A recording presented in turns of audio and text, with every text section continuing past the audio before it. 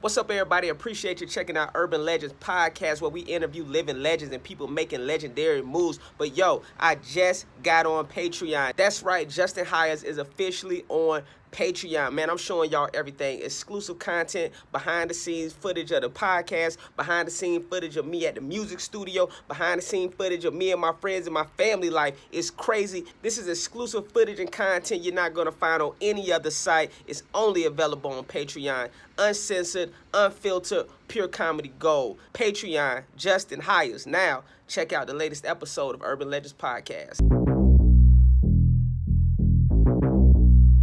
Wait a minute, I wore a shirt just for you. It says, "Stay out of my business. Trust me." God. I was like, she wanted to make sure I don't ask nothing crazy. But I don't got nothing crazy. It wasn't that I was expecting anything, but it was like when I saw the titles and page, I was like, my life is not that interested. I'm not hanging out with no hip-hop stars. I've not done half of the things. So the reason I even created this podcast, honestly, was to celebrate people that I felt like are living legends and people that I feel like are making legendary moves out here. And, you know, I done been number one on the call sheet on a TV show, but I still know how hard it can be at times to get on a late night talk show or to get on Ellen and platforms of that nature. So I was like, you know, I wanted to create a platform where people that may not be, you know, Regina King yet or Kevin Hart yet, you know, they have a place to come to talk about their projects and talk about their journey and give their fans something to really come to and listen to or look at, you know, for people that really, you know, admire the work that you're doing. Cool. Yeah, so that was the whole, so that's why you won't hear Queen. Well, thank you. And you've been definitely grinding for a long time. Well, you know what's so funny? Hold on, I'm finna hang up on my homeboy. Hold on, real quick. Lee. Yo. Yeah, I don't know why it's not letting you in, bro. All right, man. I'm gonna try to do it one last way, and Have him read. then see what that do. I don't know. Yeah, you try restarting it. You might need to restart your whole computer. All right, I'll restart. And you're fucking up the interview. No, I'm joking. That's my homeboy. All right, nigga. Hey, that's the other thing about this podcast. It's some regular shit that I be saying. I had my whole crew with me last week. They was all in town. We was all setting this up. They was like, let's set up your lights. Let's put this Target sign on your wall. And when it got me The crew got love. They looking out for you. Hey, the crew got love. What you said? It's branding. The crew's like branding, name recognition. Straight up though. So they was like, hey man, we gotta get this situated. So first of all, like I said, appreciate you for giving me your time coming through on Urban Legendz podcast. We got Gabrielle Dennis. I mean, first of all, a black lady sketch show, Emmy nominated. Mm-hmm. Did y'all win? We did not. Man, fuck them. Surprise there. Who won? Who do you think? SNL. Oh. But they did win for Eddie Murphy's episode. Right, I just saw that. And then he finally won because I was like, yo, if this episode keeps racking up Emmys and he don't win one, I'm going to have a personal problem. Yeah, straight up. He's never won an Emmy before. That's crazy. Isn't that crazy? That's crazy. It lets you know how deep the well go with the BS.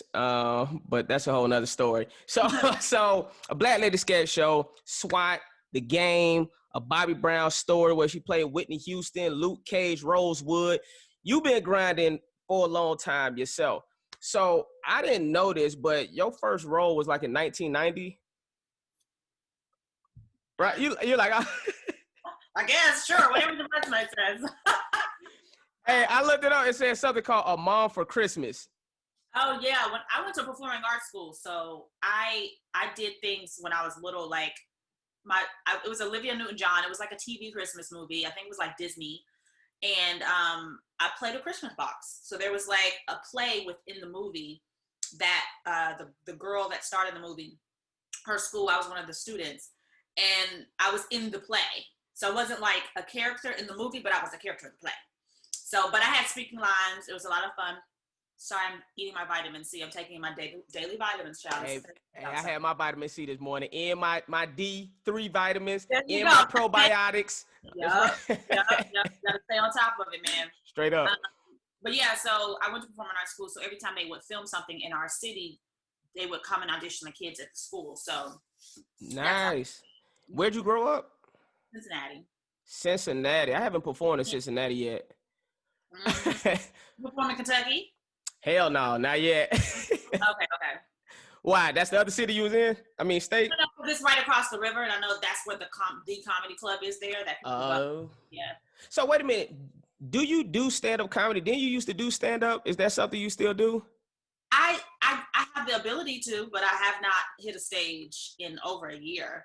I'm probably trying to make it sound not as bad, but it's definitely been a long time. Because I found that, because I remember seeing you out. I don't know if you knew who I was back then, but like I used to be out there. Like the stand-up grind though is on a different level. It's almost as it's not as difficult as the music industry, but the grind, because I've tipped my toe in both of those industries. The grind is like, it's very time consuming. It's you're constantly working on it, reworking, open mics, working material, yada yada yada.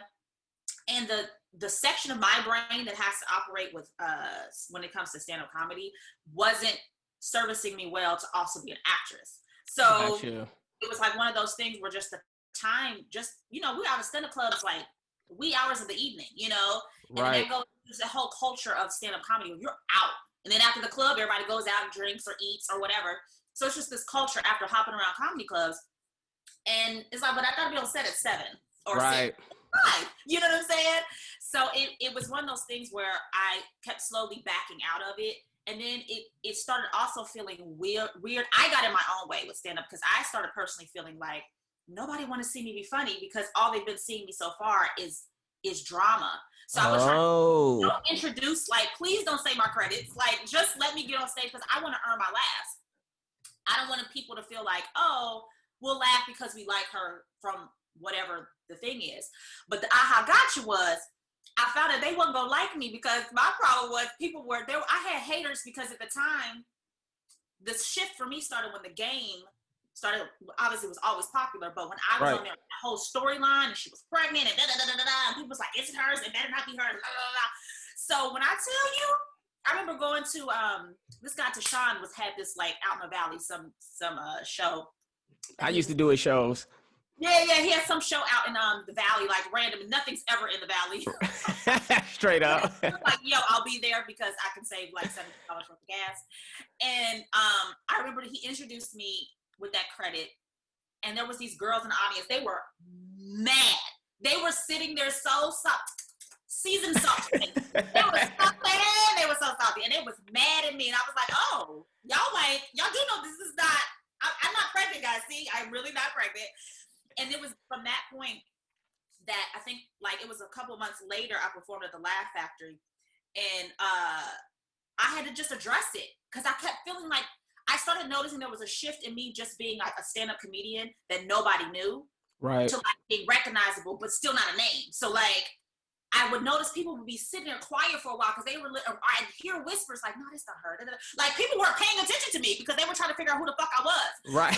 Let's go ahead and either have them introduce, or like, let's just address this. Like, who want to go meet me outside in the parking lot? Like, let's get straight up. If you hate Janae, let's go meet me in the bathroom. That's that Cincinnati in you. So it was just kind of like one of those things where I slowly just started doing less and less of it. And it's also one of those things, it's hard to just jump right back into stand-up comedy and feel as confident as you were at another point in time, because you know how that muscle, and it's something you never really lose, but it's also something you want to respect the craft and like get it and give the audience what it is, you know what I'm saying, like what you know you're capable of. So I could still go out and hit a stage and like have a lot of fun. And I keep thinking about it. I have comedians still hitting me up like, yo, like, can you please get back on stage? Well, you're gonna have to doing a show like a Black Lady sketch show. That's showing people. That's the thing. I was like, part of the reason I took a Black Lady was because it's comedy, and so many people don't know. I actually started off in comedy. Most people know me from doing more dramatic. I wouldn't say dramatic, but not funny. Even though the game was a comedy when it started off on the CW, like it was a full hour comedy. Right. But my storyline. And my character wasn't on there like, you know what I'm saying? I was coming with the problems. All right. So then Rosewood, I got to play a little levity in that character, which I love playing Pippi Rosewood, because they allowed me to do some drama. They allowed me to sing. They allowed, also for me to be comedic, to be a little light. So I liked the levity that character got to have. And then I was like, okay, well now, people, but I was in my own head. It was really just me in my own head worrying about what I thought people were thinking and like not connecting the dots of like not wanting to see a dramatic actress being a stand-up comedian, because now I was more known as an actress than a comedian. And the reason I started comedy was to be known as an actress. Gotcha. Jamie Foxx is like my whole blueprint of what I would love a career to be. So Absolutely. It's like, I know he did stand up, he did sketch, he had his own television show, he's recorded music, he's done blockbuster films. He's never allowed himself to be pigeonholed into one space. So he's been able to do the drama and the comedy and be creative as well. So I've always admired Jamie Foxx, and he's literally the person I've always been like, that is the career I would love to have.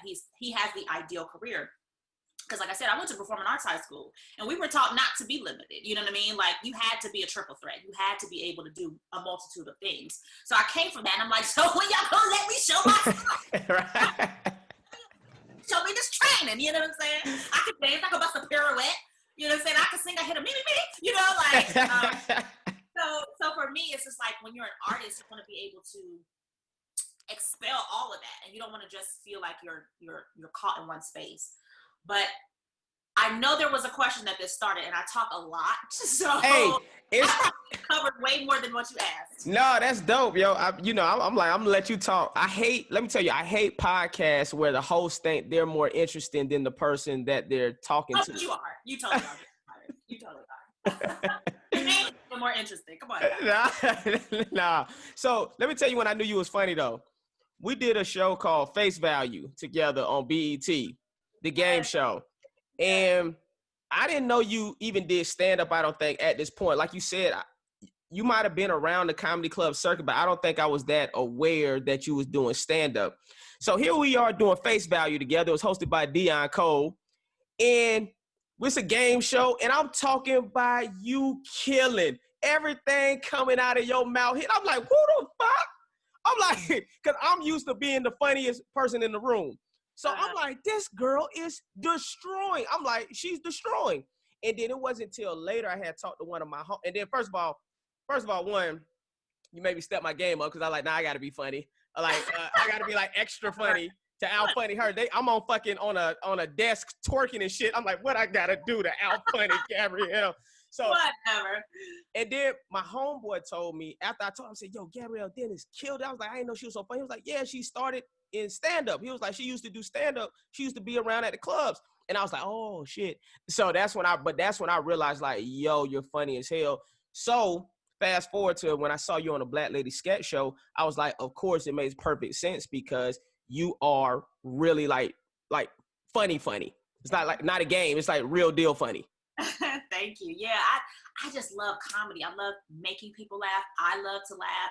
I remember when I first fell in love with stand-up, it was a New Year's Eve, and I was too young to celebrate and be like out in the streets. But my best friend's sister, she was older than us, and she was watching a marathon of Def Comedy Jam. Oh yeah, yep.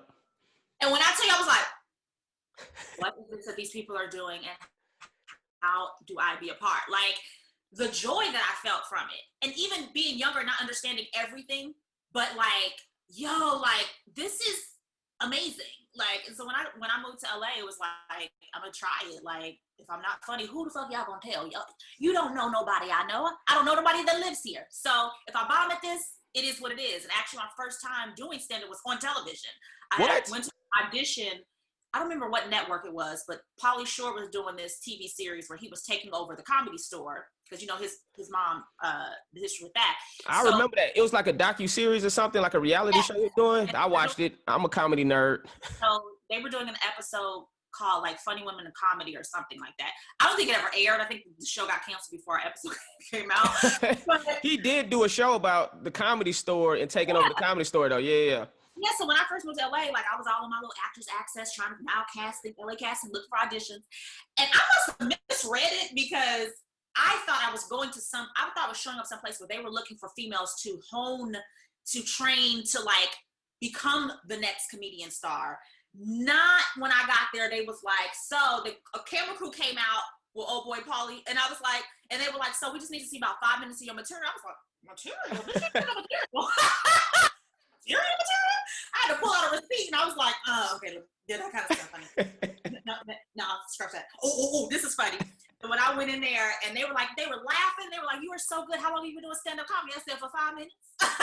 That's crazy. 5. I gave y'all this first fresh 5 off the press. And I booked the show. And another friend of mine, funny comedian out of Chicago, Kelly Howard, she and I became friends in that line.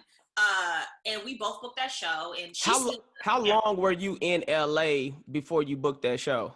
Just a couple of months. Wow. Did that. Because when I first moved here, my first job, I was hosting this street basketball show on this new network that, what is the history of me and stuff not making it all the way to the end?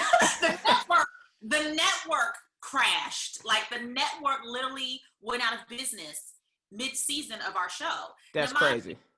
Now, mind you, I hustled my way into becoming a host on this TV series because I don't know much about basketball. Like, I watch basketball, but I'm not a basketball aficionado. Definitely not a street basketball aficionado. You know what I'm saying?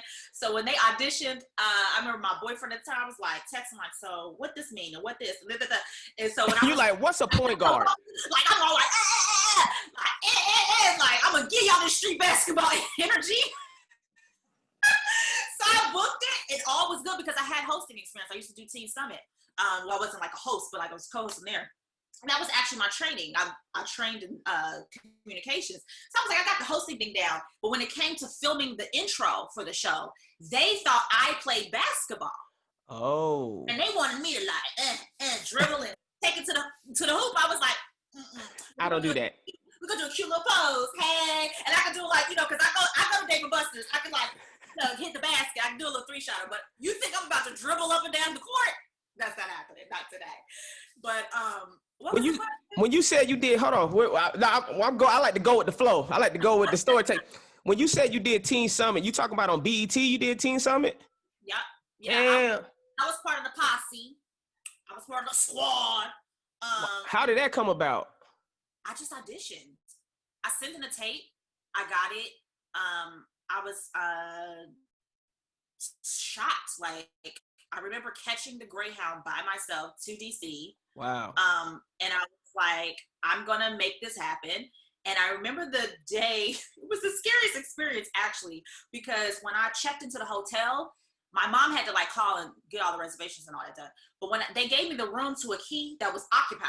So when I walked in there was a whole like roses, petals, champagne, like, and a couple turning to look at me like, thank gosh I didn't catch them in the act. Thank gosh it wasn't some freaky, like, situation going on there. Thank gosh they weren't body snatching little black girls on the travel and looking for their dreams. Like, that could have been a situation for me. You could have been Harvey Weinstein in there. Hello? Yeah. Even though I've never been approached. I was like, should I feel a way that no one's ever approached me? Like, you know what I'm saying? See, only women could get away with that one. With that joke. If it makes you feel, I have been approached, actually. That's the crazy thing. Yeah. Absolutely. Energy where I can immediately, it's like the Matrix, like a dude would not realize like he is in the friend zone so quick. And like I literally see dudes walk away from me confused, especially doing stand-up, because I feel like I had to like dodge it. Like, I don't want there to be no miscommunication. And dudes walk away like, damn, I thought I asked for her phone number, but now like we're going to church on Sunday. Like, she sent me church invitations.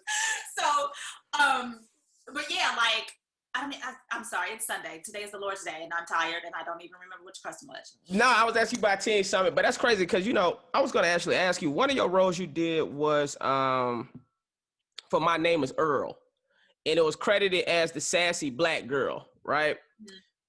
When you took the role, I know you was happy as hell to do it, I'm guessing. How did you feel the roles were for black women at that time? Do you feel like it was a stereotypical thing? 1,000%. And I tried to be very specific later on in my career about those things. Now, I will say I didn't feel a way so much about that episode. 1, the show was hilarious. 2, it wasn't just my character. So we were a cheerleading team. Okay. And so they had there was me, Chrissy Metz from This Is Us. Wow. She, the other girls. So they call her Chunk. They call me Sassy Black Girl. And then I forgot the other girl was like Brace Face or something. Like she had braces. Like, so like they were like identifying markers because that's how some people just identify you. Like they don't even bother to know your name. They'd be like, you know, which Rachel? The black one? You know what I'm saying? So straight up. So, but it was a very funny episode, a fun episode. The first time I got to work with animals and it happened to be a rat. But that was gross. But yes, for sure. Like characters, our roles were very like limited, you know what I'm saying? Which is why it's such a beautiful thing that, oh my gosh. Her name was Preggers. That's what they call her. She was pregnant. Oh, that's hilarious. Preggers. It was rude, but you know, it's funny. But yeah, you know what it is. It's like either, you know, sassy or colorful or whatever those things are. And that's great. But I like that people are learning that we're not monolithic and we can cover a range of everything from when you look at Morris Chestnut playing a Rosewood, this pathologist who owns his own, you know, business and things like that. And then you can also have on the flip side of that, you can have something like a Power where, you know, I feel like as long as we're covering all the colors and having the range and we're not just giving and delivering one message, because I feel like our industry, of course the media, but our industry has a hand in why we're treated the way we're treated continuously this day. Because when you look at the 90s and early 2000s, it's just that same message or that same manuscript of how all Black people are supposed to behave and how we look and act, and we're so dangerous because, you know, everything is like shoot 'em up, gangsta, bang bang, and that's not all of our reality. And even then, gangsters, thugs shed a tear, thugs got heart, you know what I'm saying? Tupac cried. With purpose, you know what I'm saying? Like they're not just out sometimes like willy-nilly. But I just feel like when you would hear about like people clutching their purses or like locking the doors when you walk past, it was like, it makes you question, but why?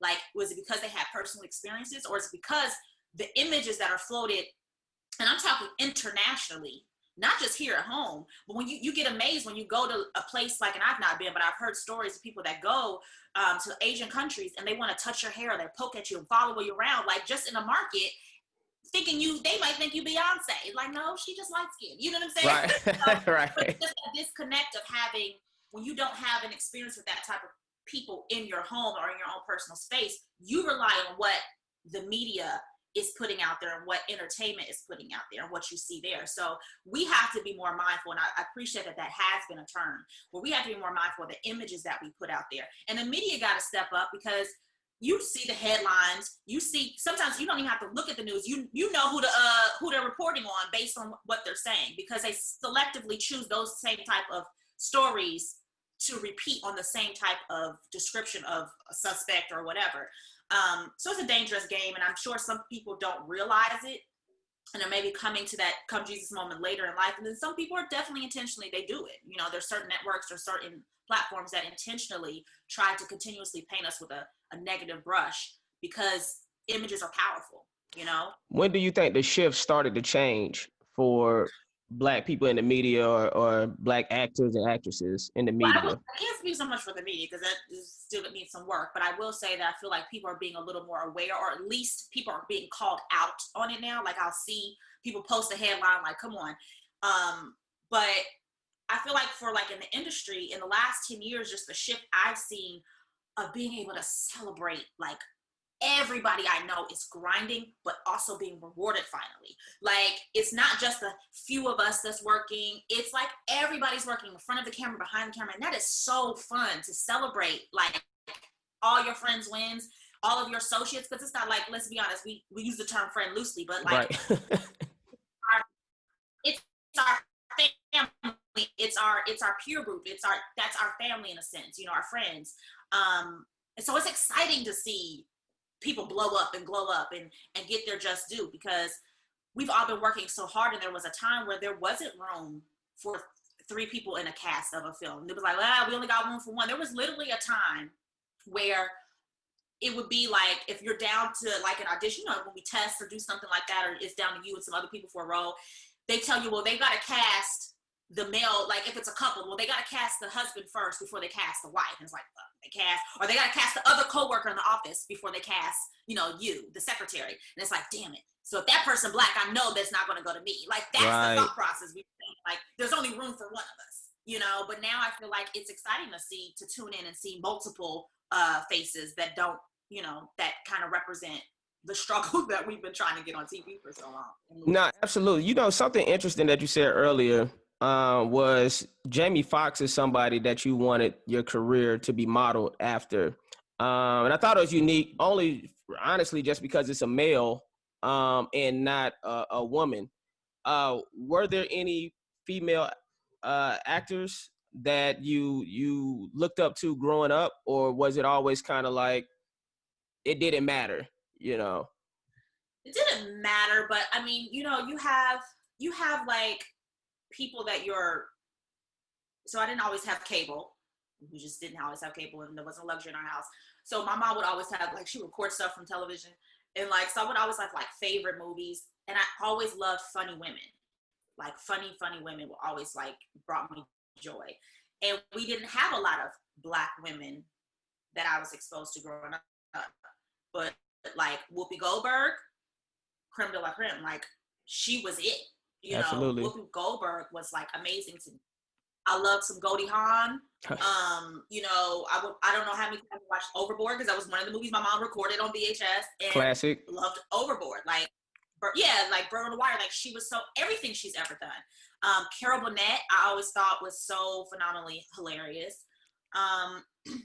Just the spectrum of women. And then when women started really breaking ground in like stand-up comedy, so that's what, even like when I was watching that marathon of Def Comedy Jam and seeing the women that were able to come out and be like, yo, because we have to work harder to be accepted a lot of times in any circle of life. And I just felt like the women just would bring it. And it was refreshing to see like, oh, I can like let loose and let the world see the silly side of me, the goofy side of me, because I was always not like a class clown, because I was very like, you know, follow the rules, but like I split between, but I also was like always the person who I like having fun. I have a lot of energy. And I don't feel like I should have to contain that to be demure and to be feminine or to be whatever these other, you know, descriptors of like what a woman should be in her place. So Jamie Foxx is specific because he just covers a wide spectrum. You know what I mean? It's not just because he's hilarious and funny, but when the stuff he did on radio, like blew my mind. So when I got the opportunity to play Whitney Houston, I was like, yo, I'm about to be on my Jamie Foxx Ray-ish, like, I'm about to tear it up. Then I realized, oh, Ray had months. I mean, Jamie had months. He got to hang out with Ray. You know, you see him playing the piano, doing his thing. I had less than a week. Like, I got the call Saturday. I was in Atlanta on that Monday, and we were filming that following Monday. And I didn't get the scripts that Wednesday before. So why did you get that material so late? Did they have somebody else in mind at the time, or they kind of, you know how everything's so top secret nowadays, you can't really, you know, I had seen a script at a table read months prior, because casting director Robert Reed had brought me in. She brought a lot of people in just to do a table read so that the producers could hear it out loud and the writer. And nobody was cast at the time, obviously, other than Woody. And I went in, so that was the first time I had seen or heard of the script. But as a tangible script to like study or anything, I didn't have that until that Wednesday. So it was an interesting experience, and I was on my laptop like every day in between scenes, just trying to like prepare. But I was very, very grateful for that opportunity. And the way I had to prepare was like strenuous in the sense that you didn't have a lot of time, but then it was also like, you know what, I did a lot of prayer, because you're stepping out on faith, like, yo, you know, you got to now tap into another resource other than just your acting ability. And it's all about that faith, and it's all about this is a moment you've prepared and worked up to. So remove any fear and just do the work. You know what I'm saying? Right. So, did anybody from her family contact you when you did it? I haven't spoken to anybody in her family, just people that I spoke to people that work with her. I spoke to like a background singer and like people that were like in her circle. You know, there's always like a 6 degrees of separation, but I never reached out to anybody on my own, just because one, I didn't have time. And then two, it's also like, where do we even begin that conversation? For me, it's just kind of, I didn't know how to approach it, because it wasn't her movie. It was Bobby's film. So it was also like, how would they feel about that? And it was just, and honestly, it was really just, I didn't have time. Like, it was literally, I was like trying to learn lines. And I did have one of my classmates, Brandy Evans. She played one of Bobby Brown's sister, and you guys know her now from P-Valley, which I'm so excited for her. Like, Brandy, like, took off. But in that, she was one of the people that helped reach out to somebody on my behalf. And that's how I was able to speak with one of her background singers and things like that. But because I just didn't have the time to do it. But I was open to speaking to anybody. And after the work was done, I met more people and spoke to more people that knew her personally. Was like, yo, like, sis, like, you really tapped into the essence of her. And like, there were moments we really felt it. You know, and that's the biggest compliment that I could get, is that people that actually knew her see the love and the respect that went into preparation, prayed about a lot. She sat with me for a long time, even afterwards. Like, I can't listen to another Whitney Houston song the same again. Like, I have a different connection with her now. But it was a great experience. And but yeah, like I said, like, I was like, this is my moment to check off my Jamie Foxx wish bucket list, you know what I'm saying? Right. But hopefully I'll get a chance and another opportunity to do something like that and have like the time to really like dig my heels into it. You know what I'm saying? Like, well, really, has there been any talk from BET to do like a full Whitney Houston film like they did with the Bobby Brown and New Edition? like someone like mentioned it, like, you know, but nothing like an official conversation that I've ever been a part of. But at the same time, it's like, I walked away unscathed. You know what I'm saying? It's like, leave well enough. Straight up, because you could have took. When I tell you the night of the premiere, this was me in the corner. We were at BET offices for like the Twitter, whatever you call it, and I was in the corner like so nervous. When I tell you Black Twitter had me nervous, because I was like, they will eat me alive. I was like, I may never work for this town again if they don't accept this. But the love that I got and the movie was getting was like, oh, it was like the sigh of relief. So by night 2, I was actually sitting on the sofa and I wasn't hiding in the corner. But but it was just great. And I just feel like I said, I just feel like the audience felt the love that went into it, because it was all about respect. It was all about love. And she had a story. She was a part of his story, and he had a story to tell, you know, and I think it was only fair that he got to tell his story.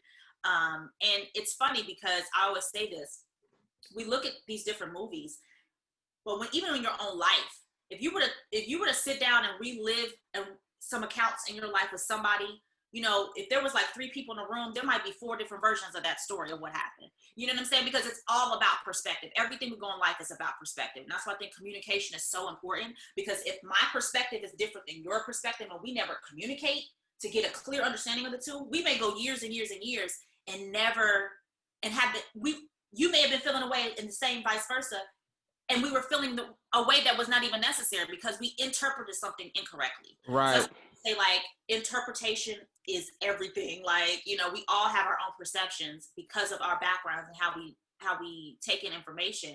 But if there's ever question marks, you just have to communicate with people, especially if they're people close in your circle, especially if it's like work relationships. I feel like, because it just helps clear the air. And if you still feel away because you rightfully should feel away, that's one thing. But it's one thing to feel away, and it's like, I hate when people are like, oh, I got a problem with, we got a problem with each other. We don't have a problem. You have a problem. I don't even know what you're talking about. You right. Straight up. Well, that's funny. That reminded me, me and a female comedian kind of got into, we didn't get into it, but an incident had happened with her that was embarrassing to her publicly. And we was at a comedy club venue, and I was telling her to talk about it. Like, we was at a comedy club, like the Belly Room in the Comedy Store. So I was like, yo, talk about that. I only said that because I was like, comedy comes from pain, and it comes from like telling your story. So everybody else, we all like want to hear that information because we think like that's like comedy. You got Kevin Hart laughing my pain, you know. But I brought it up to talk about communication because we had 2 different perspectives. I think she got upset because she thought I was trying to make her look bad. And all I was trying to do was like, no, talk about that stuff, because that's where the true comedy lies when it comes to stand-up comedy. But it's like you said, it's like having that conversation, you know, to make sure like we see where each other's coming from, especially when it's like a work-related thing. That's what a question I had. How do you navigate? Because being on a show like The Game and being on a show like a Black Lady sketch show, how do you navigate egos? And I don't know if there's any ego on the show. I'm not saying that, but on any set that you've been on, how do you navigate an ego that can be on set from one of the cast members? I've been fortunate enough, I don't deal with, I think just in my personal space, I don't really deal, like I pray for humility, to stay in a space of humility and appreciation all the time. Like that is part, like gratitude is so important to me. And I luckily enough haven't, I mean, you may witness somebody have a moment, but for the most part, I don't deal with like egos. I haven't had to deal with any egos. And the funny thing is I've seen more egos from the hair and makeup people than I've seen from actual which is interesting. Sometimes the hair and makeup person, they have, you know, because they have followers, they have like big followings sometimes. So they are the celebrity. And I've literally seen people, I'm like, wait a minute, what is this world? Right. But I've been fortunate enough not to deal with that. And I don't move through life that way. Like I said, people may have moments, you know, I know I've had a meltdown, not like a meltdown, but like a moment where you feel like people aren't listening to my requests or like hearing what I'm asking. So me having a moment is me just shutting down and not speaking. Like that's my moment because I'm internalizing that because I don't want to like pop off on anybody or like go there because that's not professional. So like even if it pains me, I'll just sit there quiet. And I get over things very easily. Like I'll move past something pretty quick work-wise. But as far as egos, I've been blessed. Like I haven't had like to deal with that. Like I feel like, especially on like shows like Rosewood, where most of us, it was our first time doing, outside of Morris, who was one of the most humble, down-to-earth people. It was most of our first time on network television in that capacity. Okay. So we're just all appreciative to be there. You know what I mean?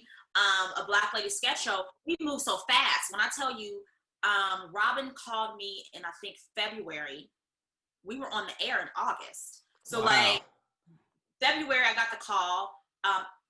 March, we started rehearse, like fittings and all that stuff, rehearsal, like table reads. April, we were filming. We filmed for 5 weeks. We filmed the entire thing in 5 weeks.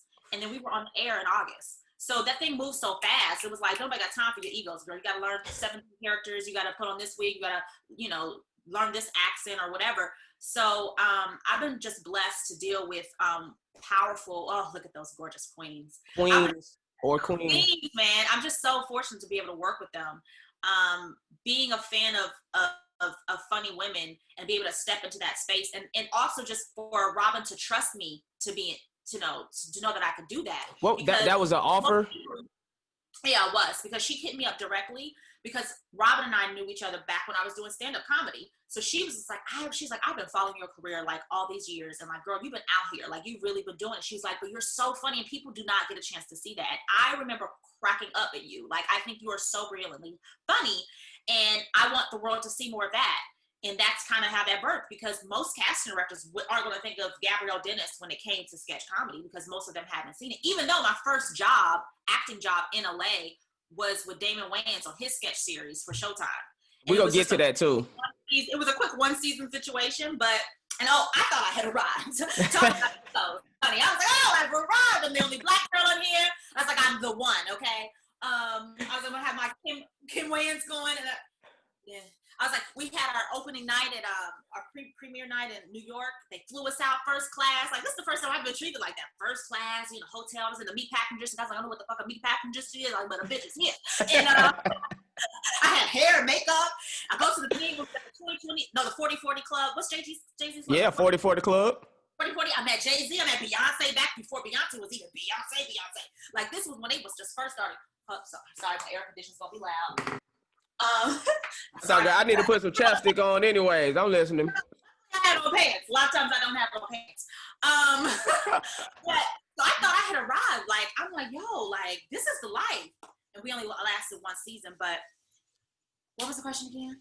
We were talking about a Black Lady sketch show, but before we get back to that. My point was that most people wouldn't think of me to do sketch comedy because they have never seen me do that. And so most casting directors, I'm not the first girl that will come to mind. So I was very, very grateful for Robin to remember that of me and to have left enough of an impression on her at some point in time for her to remember to call out and reach out to me in that moment. And it was funny, literally days before she texted me, I was just telling my team, I need to get back in comedy. Like, I'm diving too much to the other side where I don't want to be pigeonholed. I have to do comedy. And I was actually trying to get on Sherman Showcase at the time, but they had just wrapped. I was like, okay. I'm gonna do some sketch, like all these sketches getting this rebirth, you know. And I had actually tested for SNL years ago when they were looking for the black girl, the whole controversy. They flew a bunch of us out there. You and Tiffany Haddish and Brescia like, and yeah. Simone, Leslie. You know, a whole bunch of people, Amber Ruffin, a lot of folks. And how was that experience? That testing for SNL? Testing for SNL was dope, and I'm gonna tell you why. Because it was just like, first of all, I shouldn't say this, but a part of me didn't want the job, just because at that point I was grown, and sketch comedy money isn't network money. Like, no, it's not. we know this, right? So at this point, like, I'm a homeowner, like, I'm like, and you want me to move to New York, and like, I had to like readjusting my life was going to be a big thing. So, and it wasn't that I didn't want it; it was just a scary financial commitment. Because they work you on SNL. Like, not only are you performing, but like you're working every day, you're writing every day, rehearsing. Like, I know people that have been on SNL, and it's a grind. So there was a lot of like, ooh, this is gonna be a real job. Because some of these jobs, you know, we could skate through as far as like, energy. But I was like, SNL is gonna take all your energy, honey.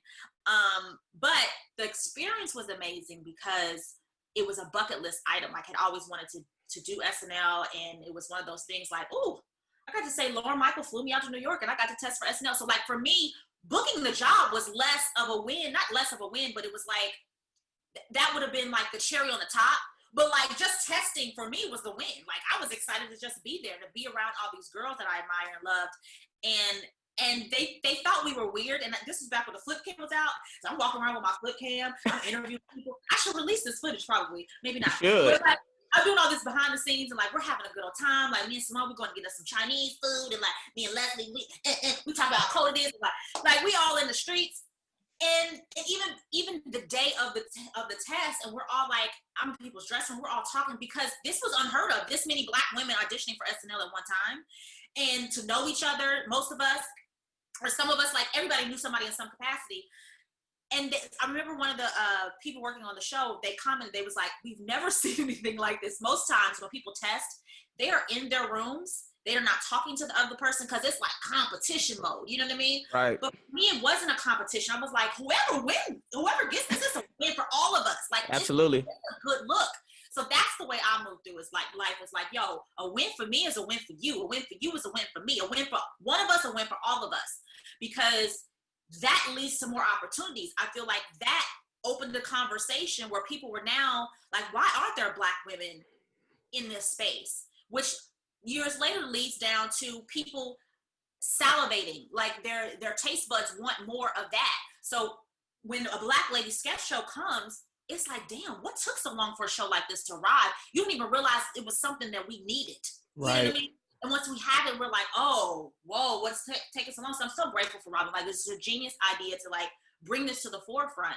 And it was all about timing. Maybe this wouldn't have worked 10 years ago, but something like that, Kenan being able to have that conversation and kind of like make that awkward and hit, you know, it went, you know, viral, that conversation about like, there's no Black women. Right. And Kenan Thompson. Yeah, Kenan Thompson leading those little baby steps up to that moment. So to me, it was a beautiful, like, I felt like I was a part of history. I was like, I'm here, we arrived, like, let's do it. Like, pop champagne, because it's a win anyway. Hey, how did you feel about your audition when you tested? Did you feel good about it? The funny thing was, I had been on their radar before by submitting a sketch reel, but in like original characters. The funny thing is, I did not audition with sketch. They found me through stand-up comedy. Oh, gotcha. So I did the, what do they call it? Not the presentation, when they have everybody come. Showcase?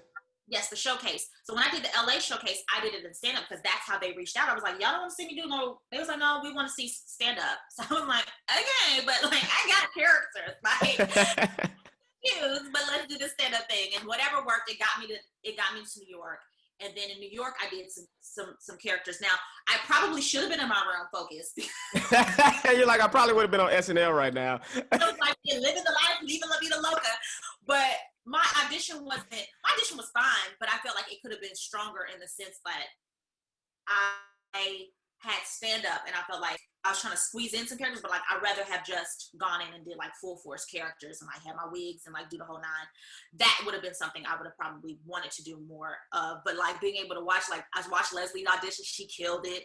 I think Brescia was either on deck right before or after me, so it was just a fun experience. But yeah, like I didn't get the job, but you know, it is what it is. Like we get ghosts so many times. Like people, it's so funny how people think like, people are like, girl, you always working, you always this. I was like, but if y'all saw the behind the scenes of like how much it takes to get that yes, like there's so many no's. There's so many more no's. Talk about that. How do you, what do you do when you get, I always try to prescribe to rejection as God's protection. And that's just what I just live by now. And even when things don't go right, I'm like, God has a bigger blessing for me around the corner. But starting out in LA and even where you at now, how do you deal with those rejections and not booking things?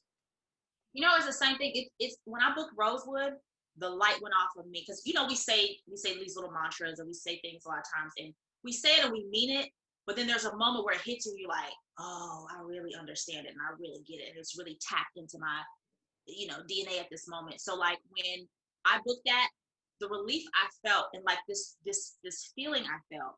One, I was like, oh, I don't have to audition no more for pilot season. Pilot season's over. Hallelujah. That was really half of my tears. I'm so tired about this thing. I'm so tired of being in my car, changing my clothes. But it was like this was the job that had been waiting for me. You know, so I would say what's meant for you is meant for you, and that was the role that hit me like I got it. Like genuinely, I understand it because I felt like this was specifically waiting for me, and had some of those other opportunities I wanted worked out, I would have had that opportunity. And I got 2 seasons out of it. Like it was a great experience. I got to meet amazing people who are all doing great things. Like everybody on that show has gone on to continue to work and do amazing things. But the ability to just be like, you know, like I just recently had one.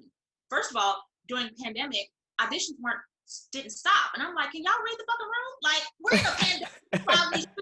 So what are we doing? I do not want to go on tape. I do not want to be funny. You know what I'm saying? Like, right. That is not the mode I'm in right now. But wait a minute, I'm gonna stop you. There's a running joke that's going on this podcast. My representation has gotten me 0 auditions during the pandemic. When I tell you 0, I'm talking about I done talked to Jackie Long. I done talked to Jesse T. Usher. Anybody I done talked to, like, man, we done been on at least 20, 25 auditions, bro.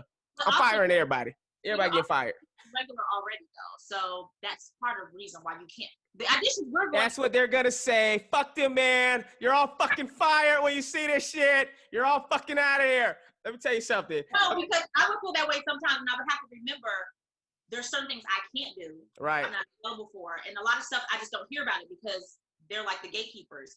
But at the same time, I'm one of those people who are like, why everybody looking for work hire me at the same time? Like, right. I'm in this, everybody is like feast or famine. Everybody wants to work with you at once or nobody's checking for you at all. Like, it's like, hello, I'm available. Like, my abilities, they work 12 months out of the year. So the beginning, yeah, my bad. I was gonna say, so the beginning of the pandemic, you getting auditions, and then what?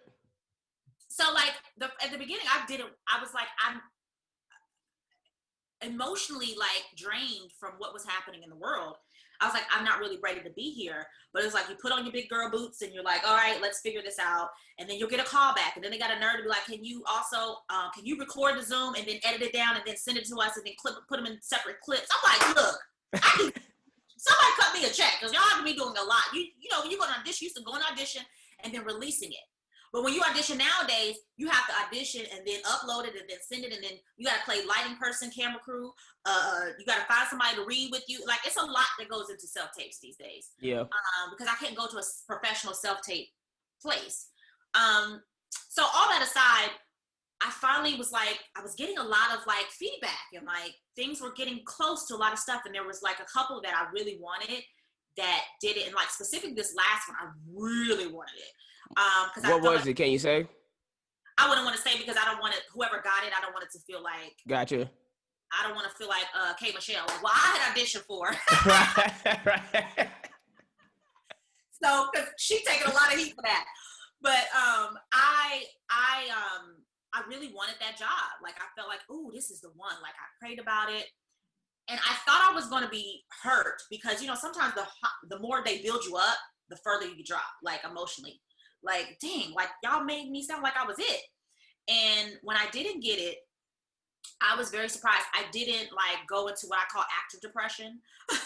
Like, and sometimes it may last hours, sometimes it may last days, sometimes it may last weeks. But for me, I was really like, and I was like, you know what? Something else must be around the corner. It has to be. And or God was protecting me from something that may have put me in harm's way if I did that particular job.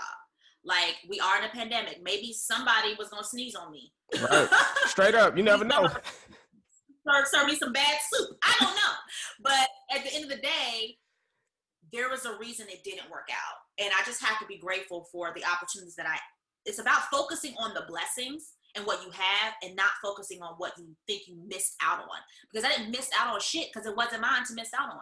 It was that woman's job, whoever got it. That was for her. You know, I'm just blessed for the opportunity that I was able to audition, to test. Like, there's a lot of steps to get to that point. And I was like, you should feel proud of yourself that you got to that level. And there's wins in that. Like I always tell people, when you audition, win the room. Fuck the job, win the room. The job is the icing on the cake. But if you go in an audition and you make fans of that casting office or those producers or whatever, you will be the type of actor that's going to continuously work, because even if that job didn't work out, they want to bring you in back for something else because they know you're always prepared. They know you always bring it when you bring it, even if what you bring in ain't what they want. Right. Sometimes they don't know what you're looking for. Sometimes what you're bringing just is great, but it just doesn't fit what they're looking for. You know, art is very subjective. So, you know, it's just not taking it personal, taking another one on the chin. We take it on the chin all the time, right? So it's just about like moving through and not putting so much weight on what we do. What we do ain't that damn important. You know what I'm saying? It's work. It's a job. It's just like if you go out and if I was taking an interview to be somebody's secretary or to be whatever, like, yes, you want the job, you need it for like your livelihood, but like putting the weight on what being in the show could mean, like, and like, I don't consider myself a celebrity. I consider myself a working actor, and I do a job. I just so happens my job, more people watch than if I was, you know, in the stock room at the shoe store. Which I've done before. But like, you know what I mean? I was the bag boy. You know what I'm saying? I used to work at the shoe place. But yeah, so you know, you take the goods with the bad, and I feel like over time, it's definitely something that sounds, I'm sure somebody's watching, it's like, well, bitch, that sounds easy because you on TV. But it's one of those things, it comes with growth. You know what I'm saying? Like, I wasn't this confident or always this chill. Like I said, I coined the phrase actor depression because I literally would go through actor depression. Like, that wasn't something I just pulled out of my ass. It was something it's true. I've been there. You know? I tell everybody, you ain't been in Hollywood long enough until you had a Hollywood breakdown. When you in a corner crying about some shit, yeah. They don't like me out here. Yeah. I know, right? I suck. I'm terrible. I should pack my bag. But I feel like also it's a letdown or like pain or whatever that is relative. Failure is relative to where you are in life. Like, you know, now I have different goals than I did 10 years ago. That doesn't make my goals less valid or less important to me just because I've accomplished other things. It's all about growth, and we all should want to continuously grow and to be better than we were yesterday, last week, and definitely last year, and definitely 10 years from ago. So I think, and I'm grateful for my no's, because those no's make you work harder. Those no's make you figure it out. You have to figure it out. And if stuff is constantly just given to you or like made easy for you, what exactly are you? When you accepted that award, what is it that you did in there? Like, you know what I'm saying? Everything's just given to you. But like, that's why I see when people are crying accepting awards, I understand it, because there's so much work that went in, so many years. A lot of people don't understand the years that go into it. You know, Absolutely. And it's not the same for everybody. Some people get discovered in the mall, you know, not lately because of the pandemic, but you know, like sometimes like that's how life Instagram is. Now, the mall is Instagram now where they get discovered. There you go. The mall is Instagram. And I'm so that. Like I said, I don't consider myself a celebrity. So other than my obligatory posts, I feel like if I wasn't in this business, I don't think I would even be on social media. Like, and I actually know people close to me that don't have social media at all. I say the same thing. If I wasn't in the entertainment business, I probably would have like maybe a Facebook. Maybe, yeah. And I wouldn't be on all these sites. Absolutely. I'd be chilling somewhere. It's exhausting. Where do you think you got your confidence, or how did you start to build your confidence to thrive in Hollywood? A part of it is just, I think, being alone, like in the sense of like when I moved here by myself, no distraction, in the sense of like I moved away. It was a determination that was like, you cannot give it all you have, because you didn't move thousands of miles away from the comfort of family, friends, stability. Right. You know what I'm saying? You didn't move away from those comforts to come out here and play games. I wasn't out here pressed to be getting into like the Hollywood parties and to do this, that, and the third. Like, I wasn't here trying to make friends. I mean, organically you make friends, but that was not I was out here on a goal and a mission, and that was the focus. I feel like focus and determination forces you to be confident, because you don't have anything else to rely on but yourself and God. And it's like, you have to be confident in that faith that made you make that decision to drive clear across the country with not a lot of money in your pocket, not a semi place to stay. Right. You know, just like, you came out here for a purpose, follow it through. Because what you don't want to do is live with regrets and go back and say, you know, damn, if I'd only did this, that, and the third. No, do that shit now. You here now. Figure it out. Give it your all. And then if you feel like, because my whole thing is, worst case, if it doesn't work out, I can always go back home and be okay with going back home. It's about being okay with it and not feeling like I went back home because I gave up, versus Right. I went back home because I chose to go back home, because I either felt like this isn't for me, or I've given it the time that I said I was going to give it, and I'm choosing now to do something else. Because I always tell people, if there's something else that you're good at in life other than acting, do that shit. Right. Not for the weak and the weary. You know what I'm saying? It's yes, not. Glitz and glam, but there's so much behind it, like the layers and textures of like emotion and heart and passion that we put in what we do is very, very draining. And it can be a fine line that people cross onto why you feel like some people do have substance abuse issues or are self-sabotage themselves all the time, because based on who's in your circle and what you're being fed, it's very easy. I see how people can get their egos blown up. It's very easy to how people can follow down that road of feeling indestructible. Like, oh, I can do all the drugs and all the partying and all of this and all of the dangerous elements and be okay, but eventually it's gonna catch up with you. Yep. Especially if you look like this, it always catch up with us. Mm-hmm. You know?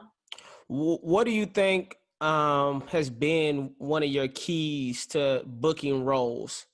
What do you think you're doing in the audition room that's really helping you stand out? I wouldn't say, the thing is like, there's a saying that I saw, and I may say this wrong, but you're not unique because you're special. You're special because you're unique. Mm. And maybe the other way around, but the whole takeaway is we're all special. We're all unique. We all have something. So when you say stand out in the room, my standing out isn't because I'm better than. It's because I am different, but not better than.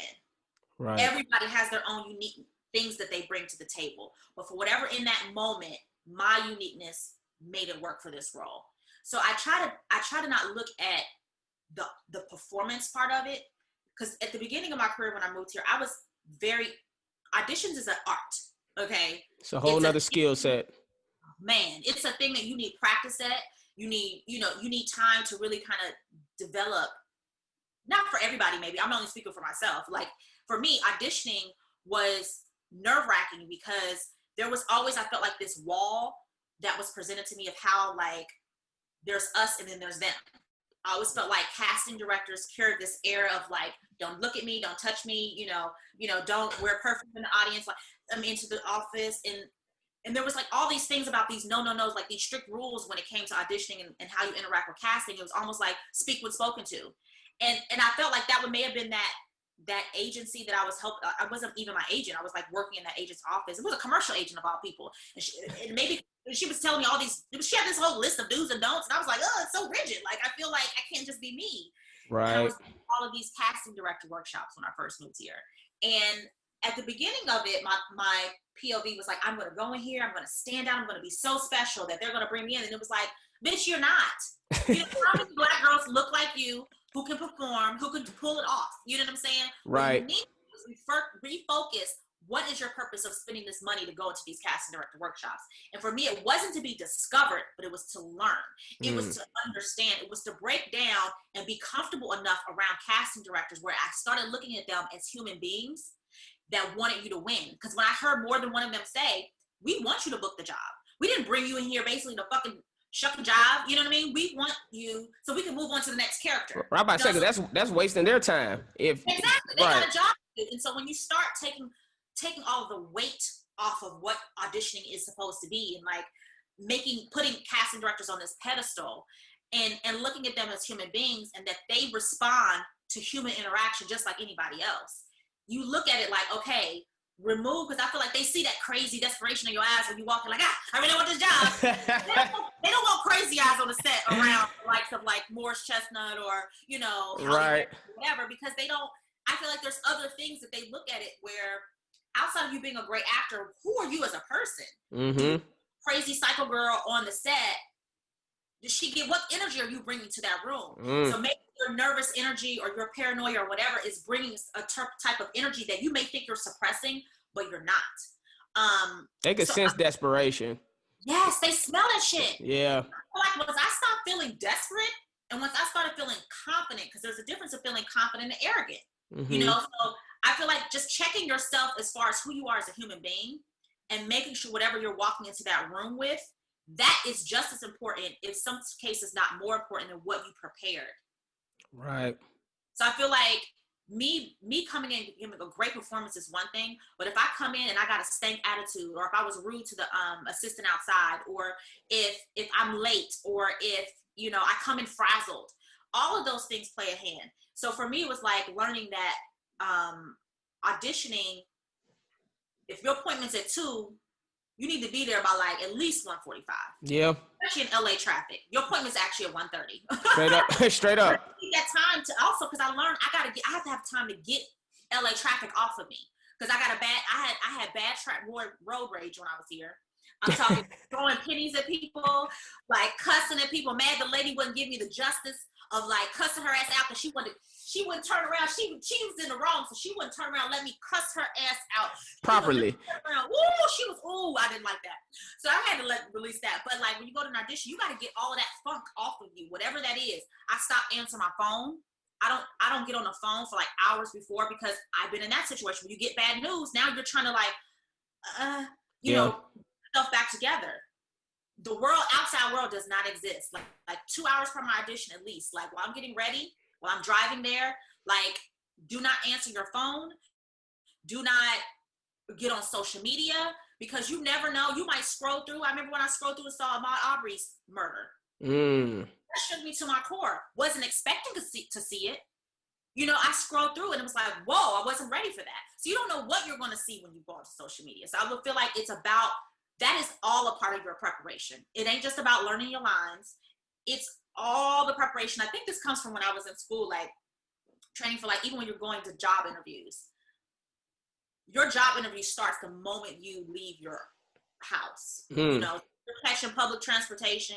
If you're in road rage or whatever, and you mess around and somebody you cussed out or gave a middle finger to is the person behind that desk, right? You're not getting a job, you know what I'm saying? So I feel like it's all about being prepared in every aspect of it. It's a full 360, and it's not just a 2-dimensional, hey, look at me, I can play this character. But who are you from the moment you walk in that room?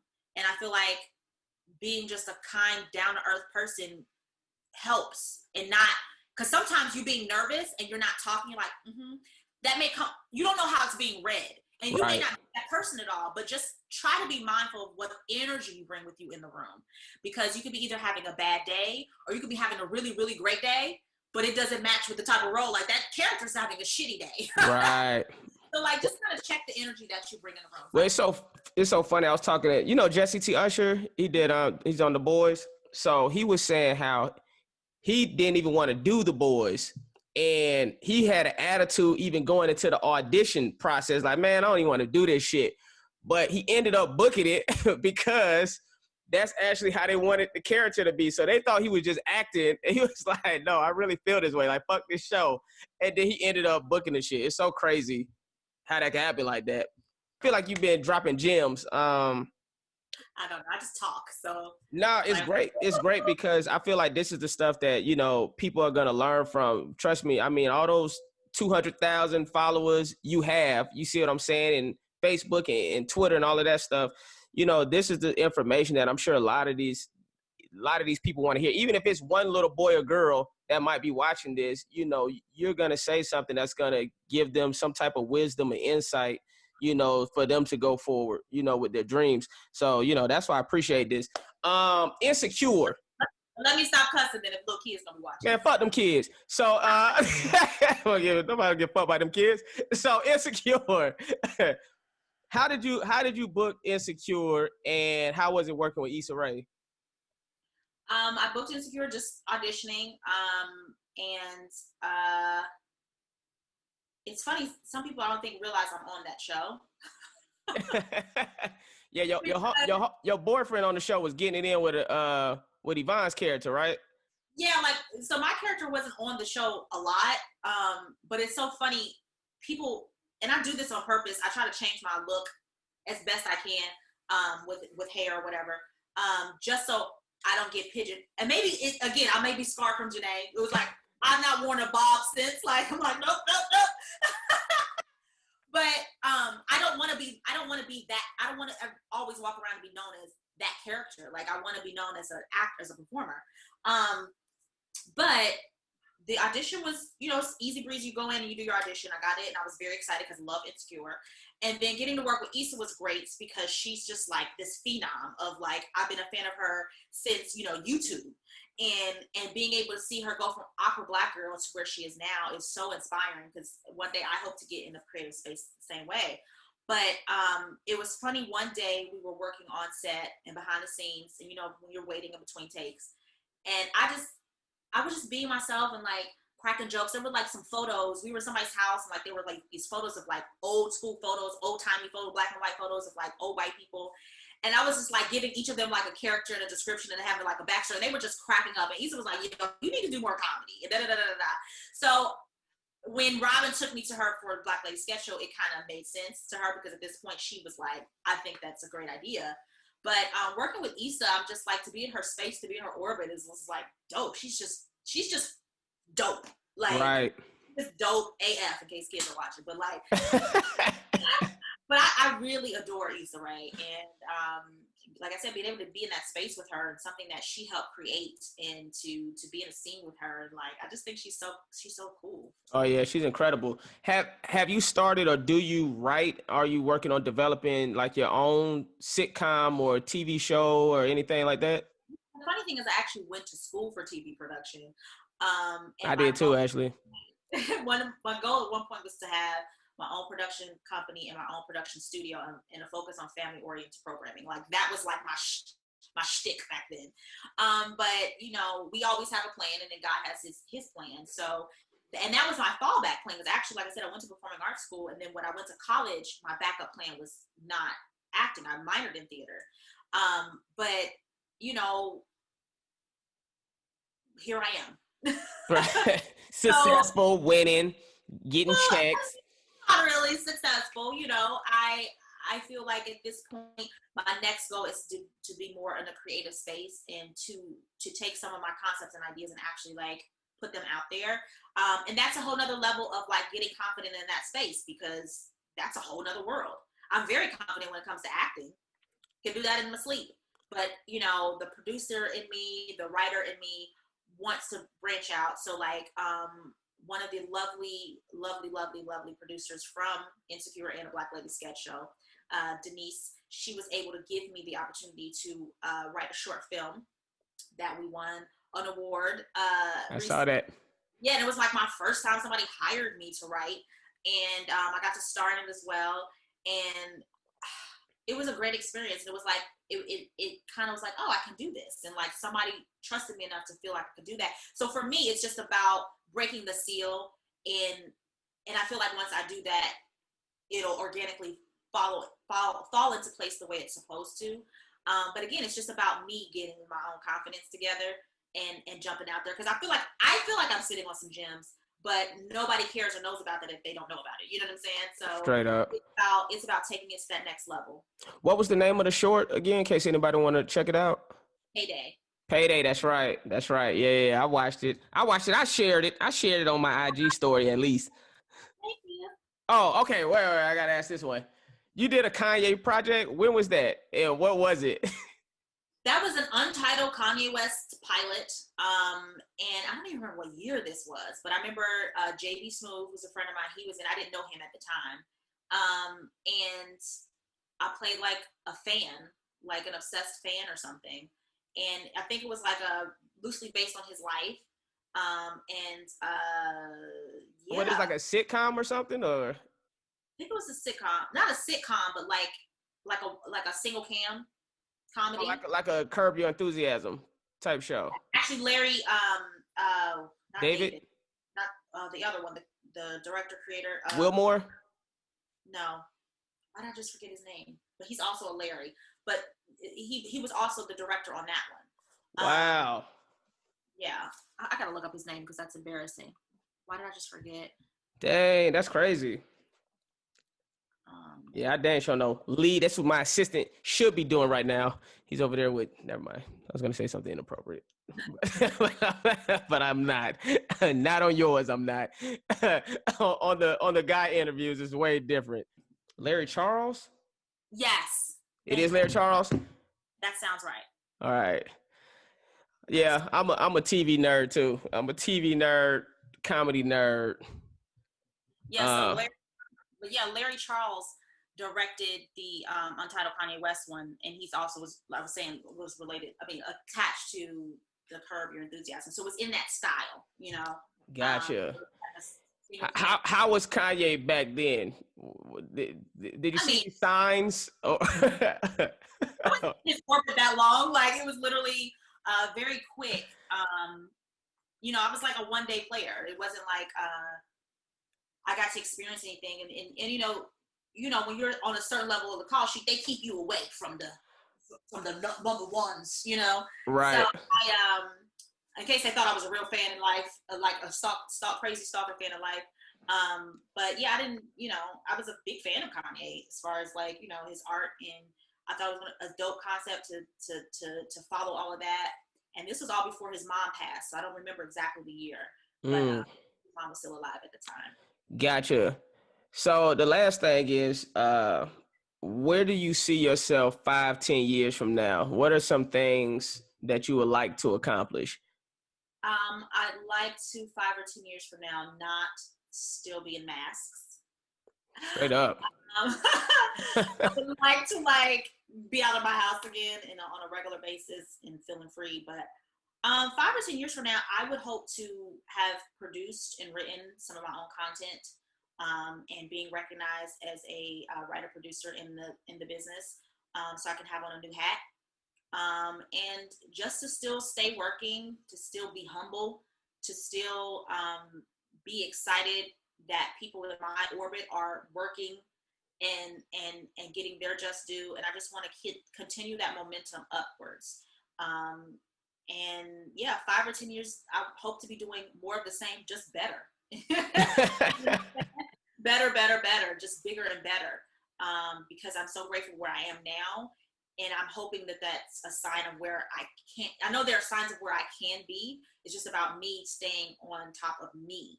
You know, we all have to be responsible for self, and knowing that we are a huge part of the trajectory of how we get to the next step, whether it be your confidence, or whether it in yourself, or whether it be in your faith, tapping into that, or whether it be eliminating things that you know are a problem in your life.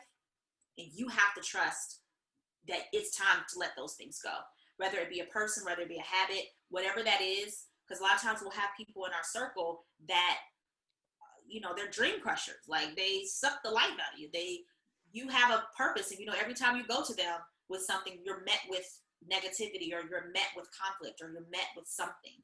So sometimes we have to remove those people out of our life, or at least limit our interaction with them, because some people you can't remove out of your life altogether. But even sometimes there's somebody as close as like a parent or a sibling or a spouse or whatever. There may be ways you have to figure out how to maneuver around those situations, or limit, or at least limit the discussions about your business. You know what I'm saying? Right. Mind your business in moving forward. Hey, stay out of my business. Trust me. God. Hey, I want to thank you for coming on and like I said, sharing your time with me. Like I said, I created this platform to celebrate living legends and people I feel like are making legendary moves. I wish you nothing but the best. You are a queen out here in these streets. We love you. I love you. Continue to doing your thing. I wish you nothing but continued success. And I can't wait to see your production company and your movies, your films, your TV shows, all of that, you know, because it's coming. Yes. Thank you so much. I appreciate the opportunity, and keep doing your thing. Keep supporting, because you on your own, Jamie Foxx, with the music, the stand up, and the TV stuff, so movies. I appreciate that. I gotta get you on the track. I'm gonna get you on one of my chapter 5. I already recorded chapter 3. Chapter 4. I'm gonna get you on my chapter 4. You know, I didn't know that myself, but now that you said it, you know what I'm saying? Next chapter 5 features Gabrielle Dennis. Hey, I'm getting you on there for sure. I'll hit you up. You gonna see me slide your instrumental. I use my old stage name. I used to rap. Not like as an artist, but like I used to freestyle back in the day. Like, 'cause I thought I was a guy. I thought I was one of the dudes. Like, I thought it was cool to hang out with the guys. You was a tomboy growing up? A little bit, yeah. Okay. Yeah. Definitely went through a tomboy phase. Like, there's pictures of me in like my plaid, my khakis, like, girl, no one's buying that. We don't believe you, boo-boo. But also in the 90s, like, it was all about like girls were dressing more like dudes, you know. TLC and all that, yeah. And like that you would see under my jeans, because that's what TLC was doing. So, but maybe I'll come back and I'm all for it. I'm all about collaborating. So, hey, I'm gonna holler at you. You holler at me anytime. But yeah, I'm gonna definitely hit you up on my next project when I start getting on that. Definitely, please do, because I love it when I get to you know, stretch another performance muscle. And I've been blessed to have that opportunity on Rosewood and on Luke Cage, but I would love to be on a Justin Hires exclusive. Hey, turn up. It's coming soon. Appreciate you. Love you. Keep doing your thing. You too, bro. And you keep doing the same, and continue blessings. All right. Peace, queen. I can.